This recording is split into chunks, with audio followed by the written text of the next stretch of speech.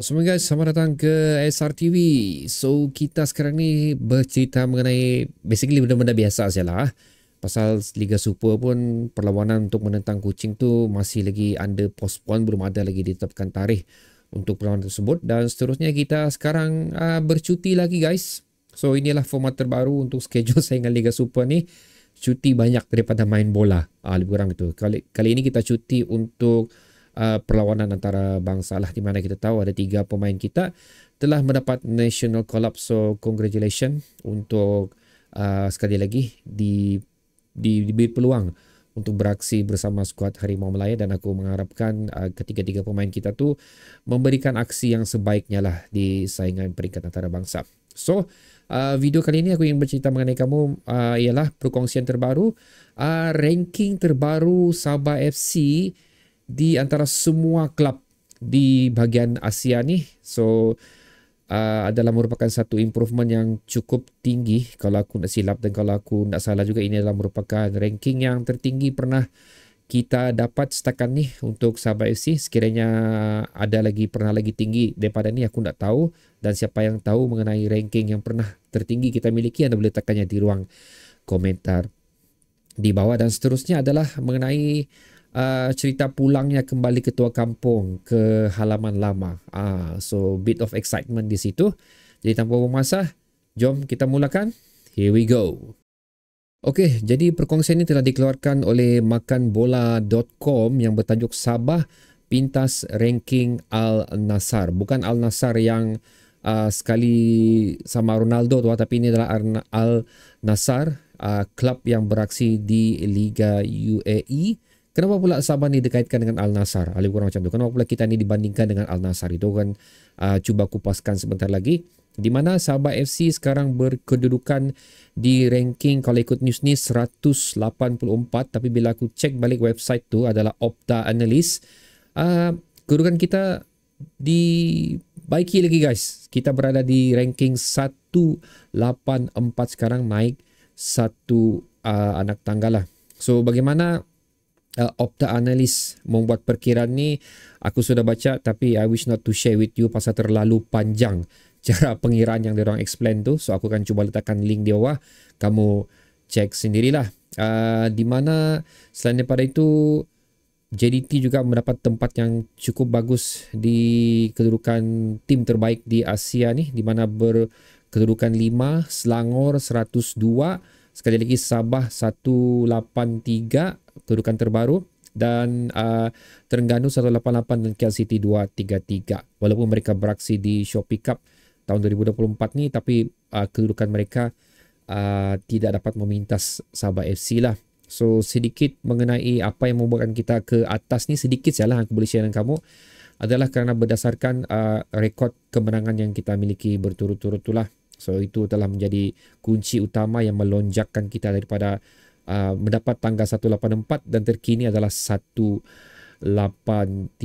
So itulah merupakan, aku tak tahu macam mana anda pula accept terima news ni, tapi bagi aku ini adalah merupakan satu bilang orang hadiah yang cukup baguslah hasil daripada persembahan yang dimiliki oleh Sabah FC, dan seterusnya boleh memberikan motivasi secara dari luaran untuk pemain-pemain Sabah FC, dan seterusnya untuk kita selaku peminat Sabah FC mungkin akan turun ke stadium, memenuhi stadium, dan juga lebih berkeinginan untuk mengikuti perjalanan Sabah FC. So itu adalah cara aku melihat kebaikannya perkongsian ranking Sabah FC inilah. Dan persoalannya mengenai kenapa pula Al Nassr ni, diorang beraksi sekali lagi di Liga UAE, bukanlah seperti besar seperti mana Liga Arab, seperti mana kita tahu yang adanya Ronaldo apa semua pemain dalam tu. Tapi aku ada membuat sedikit pencarian. Al Nassr adalah merupakan sekali lagi satu tim yang beraksi di Liga UAE.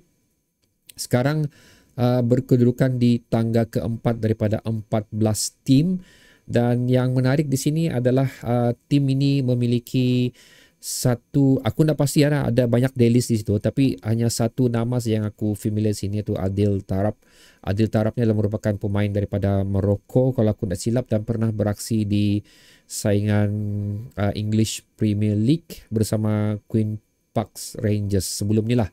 So sebelum tu lagi aku tak tahu kalau dia pernah beraksi dengan mana-mana tim lain. So dengan adanya satu watak di dalam klub Al Nassr ni yang begitu besar nama dia, dan kita pula tidak memiliki pemain yang sebesar itu, okey, jadi ini merupakan satu kebanggaan bagi aku lah, kerana kita berjaya memintas klub Al Nassr, especially yang beraksi di Liga Arab, di mana kita tahu sendiri pun Liga Arab ni pun intensity dia lebih tinggi daripada apa yang kita miliki di Liga Malaysia ni lah. So congratulations untuk Sabah FC, congratulations juga untuk kita semua kerana sentiasa memberi sokongan kepada Sabah FC, dan aku mengharapkan juga kedudukan ranking Sabah FC di Asia ni boleh terus melonjak ke atas lagi lah.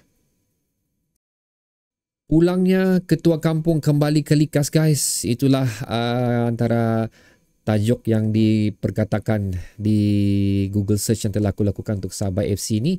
Di samping itu ada juga beberapa perkongsian daripada Harian Metro, Berita Harian dan juga Sinar Harian yang menyatakan Ong Kim Swee sendiri telah membuat statement yang Sabah harus berwaspada melayan bekas kapten kembali ke Stadium Likas.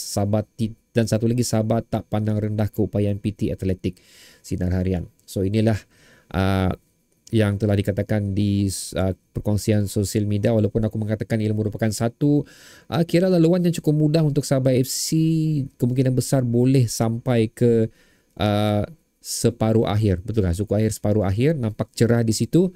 Tapi apa yang penting sini adalah sikap humble yang dikeluarkan oleh OKS lah. Tidak memandang rendah kepada mana-mana pasukan yang beliau bakal tentang, kerana bagi aku juga tiap pasukan yang bakal kita tentang, tak kisah di mana kedudukan pasukan tersebut, di mana mereka beraksi, mereka mempunyai formula dan kekuatan mereka sendiri yang especially lagi PT Atletik ni yang kita tidak pernah lawan pun, kita tidak tahu macam mana corak permainan mereka dan apa yang mereka miliki. Tapi yang pastinya sekali lagi Amri Jaya berada di situ, Indra Putra Mayudin berada di situ, dan juga Dirga Surdi berada di situ. Dua pemain yang agak senior yang pernah beraksi di saingan Liga Super, memberikan aksi yang cukup bagus juga ada di dalam tim ni. So sudah pasti mereka mempunyai idea bagaimana untuk menangani atau melawan pasukan yang berada di saingan Liga Super, especially lagi pasukan yang berada di top 3 saingan Liga Super ni. So kembalinya Amri Jaya ke Stadium Likas adalah merupakan satu benda yang cukup menarik bagi aku. Aku sudah pasti Amri Jaya pun aku pasti Amri Jaya pun excited lah dengan apa yang hasil cabutan daripada Piala Malaysia ni, dan aku merasakan yang Amri Jaya pun mungkin tidak akan menyangka yang beliau boleh kembali ke Likas beraksi menentang Sabah FC pula kali dengan pasukan beliau yang beraksi di Liga Semi Pro. So retirement Amri Jaya daripada beraksi di Liga Super nampaknya tidak berhenti di situ saja. Okey, nampaknya walau Amri Jaya cuba untuk menjauhi dari Liga Super, tapi beliau kembali juga untuk menentang salah satu pasukan yang beraksi di Liga Super. So aku pasti apa yang akan berlaku nanti akan menjadi tumpuan yang hebat lah di Stadium Likas, dan especially untuk perlawanan di antara kedua pasukan ni. Aku pasti nanti tiap kali Amri Jaya pegang bola mesti riuh stadium.